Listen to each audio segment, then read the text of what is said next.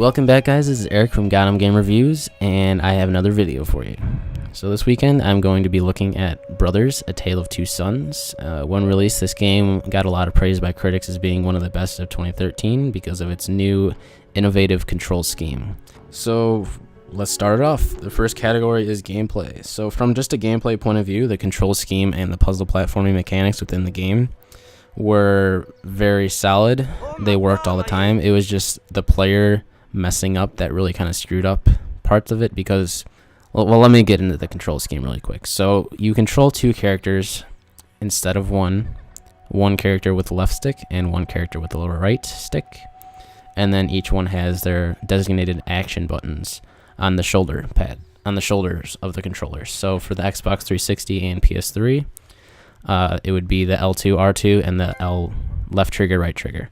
And for the PC, I'm not too sure how you control the two characters simultaneously, unless like you just plug in two mice or something. I don't know how it works. Let me know in the comments below, because I'm actually pretty curious on how that works. So anyways, back to the gameplay. The control scheme was just new and innovative, so it kind of, I have to praise the indie developer on that part, because I mean they are an indie developer, and that's what they should be doing, is exploring new territories within the gaming market where the big end developers can't really take that risk, because they're like, people are expecting them to like follow the line and do what's best for everybody instead of trying new things. So I have to commend them for trying something else. With this all being said, most of the levels were drastically different from one another, which promoted not only a sense of progression, but a breath of new air. So overall, the score of the gameplay of Brothers will be 16 out of 20. Moving on to the story, within the indie game market, it's hard to develop a giant story for the player to get sucked into, like some AAA titles like The Last of Us. But there's some indie games that actually do have a really good story to them, and one of those games is Journey. And when Journey came to mind, I had to ask, was Brothers better than Journey? Well, not really, because Brothers has a story, and it does engross the player a little bit, but just enough so you want to play it and get through it. Nothing was really too crazy or like exceptional throughout the game as far as storyline goes. The climax there's a little bit of a twist on it, which I actually enjoyed, so that warrants a higher score within itself. So the story will get a 17 out of 20. Next category will be worth. So this is the newer category, like I explained in the previous video. So if you guys want to know what is all included in this category, go back and watch that previous video. As far as the game's worth, there's two ways of getting this game. You can either pay for $15 on Steam, Xbox 360, or PlayStation. But if you have PlayStation Plus right now, as of now, you can get Brothers for free. So if you have PlayStation Plus and a PS3, just stop watching this video and go download it and play it, because it's free.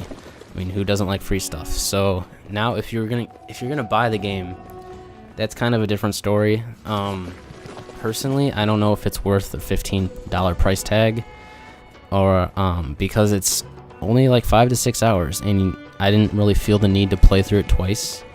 So for 5 to 6 hours of gameplay for $15, I don't think that's a good enough deal for you. So I would be comfortable personally paying $5 to $10 range. So if you see this on Steam for sale, for one of those flash sales for like 75% off or something like that, go ahead and get it if you want a really good game with some new control scheme and just a pretty decent story. So the worth score is going to be 10 out of 20. And next is our fourth category, which is originality. So I've been getting some heat for this category as late because it's very opinionized. So originality it's gonna be an opinion-based category. Based on my opinion, within Brothers, the main storyline, there's some cool new ideas within it that really I haven't seen in previous games before.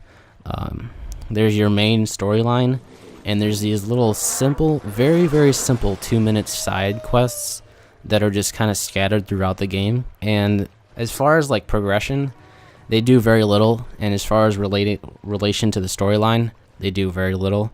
But when you complete these little 2-minute side quests, you actually feel better as a person, because they're like emotionally attached to like sad events usually, and you're either helping a person out or helping an animal out, and you just feel better as a person after you completed these. And like I said, they're only 2 minutes, and I haven't really seen a game do this before, so I really enjoyed that part of the game.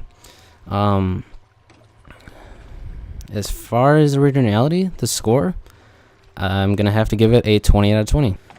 And our last category is graphics. With most indie games, the art style is what draws people in and shows them what amazing sub-realistic worlds look like, and it is no different in Brothers. The game really yanks at your imagination and reminds you of simpler times of a child, but it also digs into your sense of majesty and wonder when looking at the amazing landscapes and views, because there's plenty of them in this game.